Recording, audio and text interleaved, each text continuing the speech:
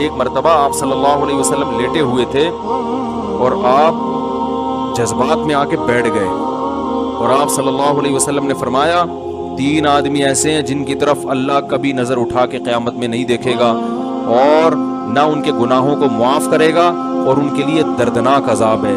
جب یہ آپ نے یہ الفاظ کہے نا تو حضرت ابو ذر غفاری رضی اللہ تعالیٰ عنہ بیٹھے تھے، انہوں نے عرض کیا یا رسول اللہ خابوا وخسروا من هم یا رسول اللہ، یہ تو تباہ ہو گئے، برباد ہو گئے، اتنی شدید وعیدیں آپ ان کو سنا رہے ہیں۔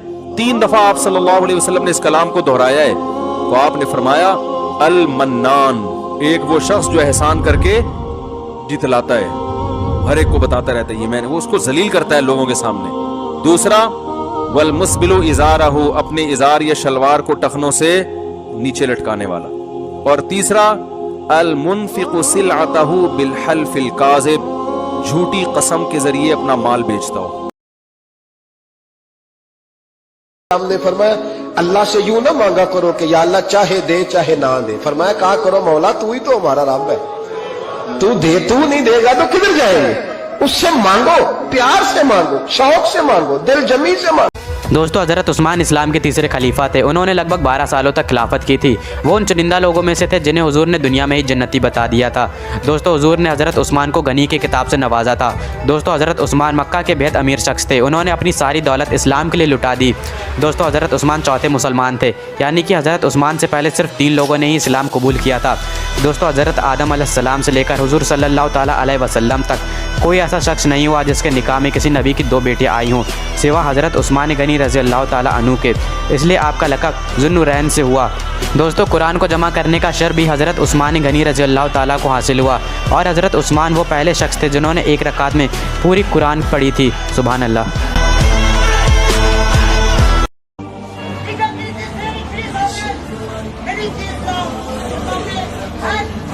Look, so here we have Holy Quran.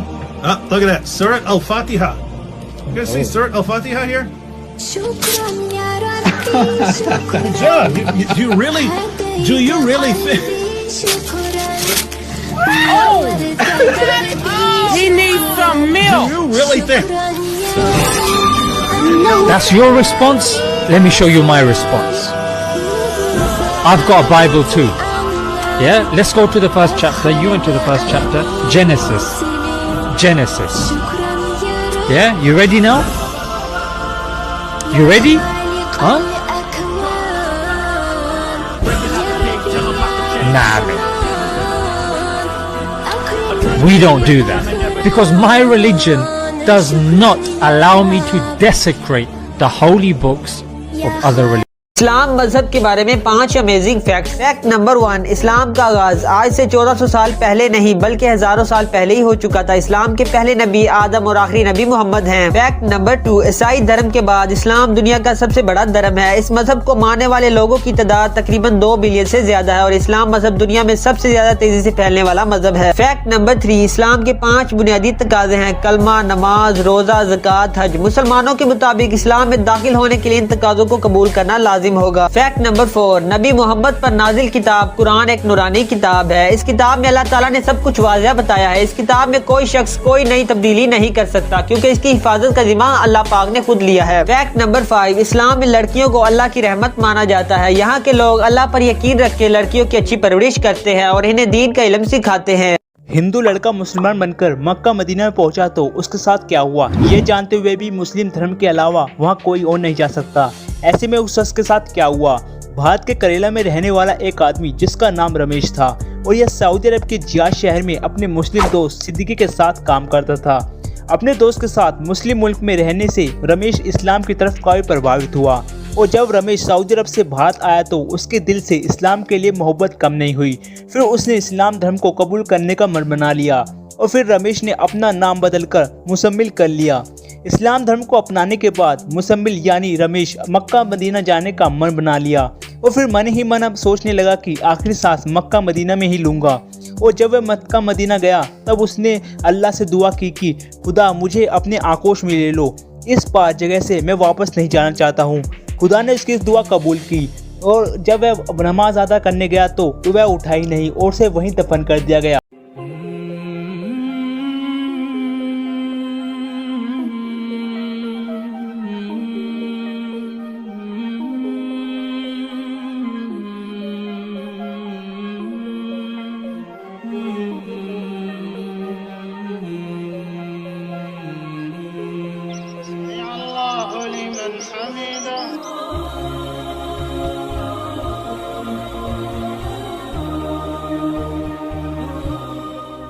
Top 5 amazing fact about Zulfikar. Fact number 1, अगर हम जुल्फिकार को ध्यान से देखें तो उस पे कुछ लिखा है जो कि अरबी जुबान में लिखा है। उस पे लिखा है ला फतह इल्ला अली ला सैफुल्लाह जुल्फिकार। इसके मायने है नहीं है कोई जीतने वाला, नहीं है कोई फतह करने वाला सिवाय जुल्फिकार के। फैक्ट नंबर 2, जुल्फिकार कोई आम तलवार नहीं थी बल्कि जुल्फिकार जन्नती तलवार थी जो कि प्यार नबी हजरत मोहम्मद सल्लल्लाहु ताला अलैहि वसल्लम ने मौला अली को तोहफे में दिया था। फैक्ट नंबर 3, देखो इसको कोई आम इंसान नहीं उठा सकता था, इसको सिर्फ अल्लाह वाले ही उठा सकते थे। फैक्ट नंबर 4, कहा जाता है मौला अली और जुल्फिकार की जोड़ी बहुत ज्यादा जमती थी। वो तलवार ही फख्र करती थी कि मैं खुश नसीब हूँ कि मैं हजरत मौला अली की तलवार हूँ। फैक्ट नंबर 5, जंगी खैबर जो कि उस वक्त मुसलमान को जीतना बेहद जरूरी था और मुसलमान हर तरफ से कमजोर पड़ रहे, लेकिन दुश्मनान इस्लाम को ये खबर नहीं थी कि इस फौज के कमांडर शेर खुदा हजरत मौला अली। तारीख ने लिखा कि इस कदर जुल्फिकार और मौला अली टूट पड़े मुशरिकों पे और फिर से इस्लाम की ही जीत हुई।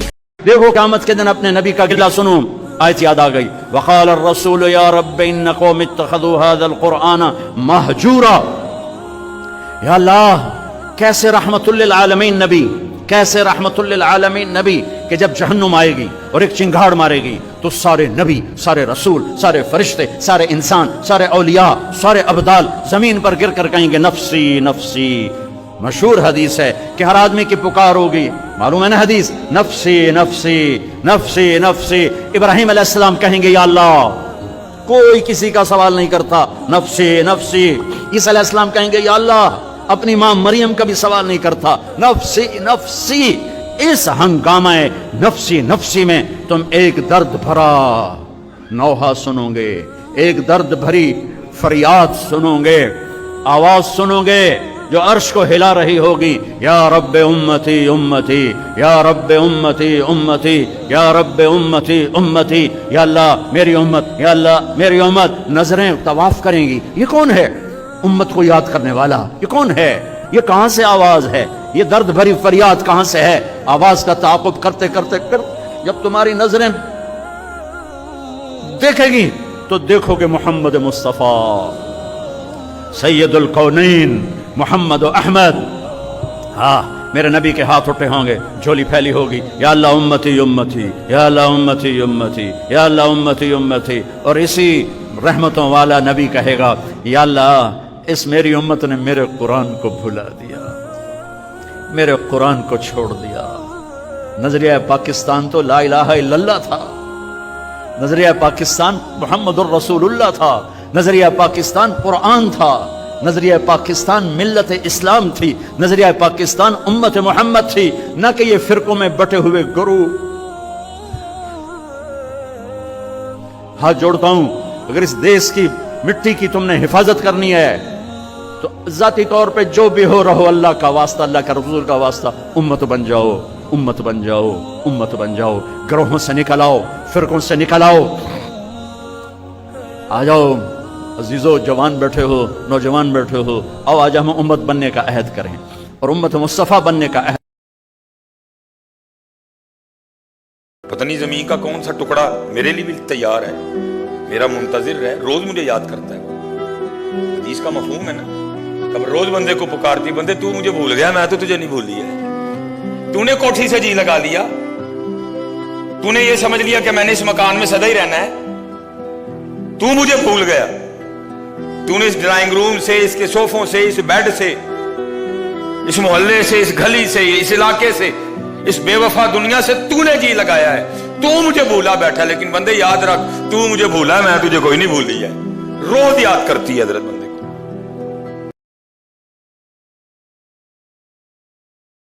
इस कौम की बच्चियां नाच गाने को अपना शियार और शौक बना लें, उनकी नस्ल से अब खालिद बिन वलीद नहीं पैदा हो सकते, नाचने वाले ही पैदा होंगे। मोहम्मद बिन कासिम नहीं पैदा हो सकते, तारिक बिन ज़ियाद नहीं पैदा हो सकते। मुझे सलाहुद्दीन याद आया, मैं बहुत रोया। रहतीन की लड़ाई हुई है फलस्तीन में, जिसमें सारा यूरोप अपनी ताकत के साथ मैदान में उतरा था और इधर तन्हा सलाहुद्दीन अयूबी रहमतुल्लाह अलैह अकेला उस लश्कर से टकराया था और उन्हें उसमें शिकस्त हुई थी। अली हूँ, चेहरा तो छुपाया हुआ था। कहने लगा अली बिन अब्दुल मुत्तलिब, आपके दादे का नाम लिया। मुत्तलिब के बेटे, अब्दुल मुत्तलिब के बेटे अली। हमने कहा नहीं, बिन अबी तालिब, मैं अबू तालिब का बेटा अली। अरे भतीजे तू कहाँ से आ गया, जा जा वापस, तुझे मारना मुझे चंगा ही नहीं लगता।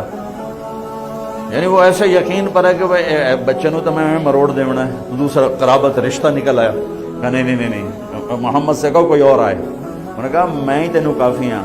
कहा मैं तुझे मारना नहीं चाहता। अली ने कहा पर मैं तो तुझे मारना चाहता हूँ। उसको गुस्सा चढ़ गया, उसने आके जो उधर के वार किया तो हज़रत अली ने ढाल पे रोका। वो मैं बता रहा हूँ कि ढाल का तस्वर क्या है, इस पर यह सारा वाक़या मुझे याद है कि दुश्मन के वार को ढाल पे रोका जाता था। तो फिर उसमें जिसका दाव पहले लग जाता वो हार हो जाता। तो उसने 2-3 वार किए, हज़रत अली ने ढाल पे रोके। फिर उसने एक जोर से वार किया तो उसने ढाल को तोड़ दिया और कंधे पे आके तलवार लगी और कंधा जख्मी हो गया। अब हैदर कर्रार बना, पलट के हमला करने वाला। जख्मी शेर ज्यादा गुस्से में आता है। हज़रत अली ने जो पलट के उस पर वार किया तो उसने ढाल आ गई। तो अली की तलवार ने ढाल को तोड़ा और कंधे पर लगी, उसकी भी कंधे पर लग के बस ताकत खत्म हो गई। लेकिन कर्रार की तलवार ढाल को तोड़ा, कंधे को तोड़ा और पूरी बॉडी को चीर के 2 हिस्सों में फेंक दिया। तो उसकी लाश पे पांव रखकर कहा अबदल हिजारत मिन सफाहत रअयही व अबदतु रब्ब मुहम्मदिन बिस्सवाबी। ये है पत्थर का पुजारी और मैं हूं रब्ब मुहम्मद का पुजारी।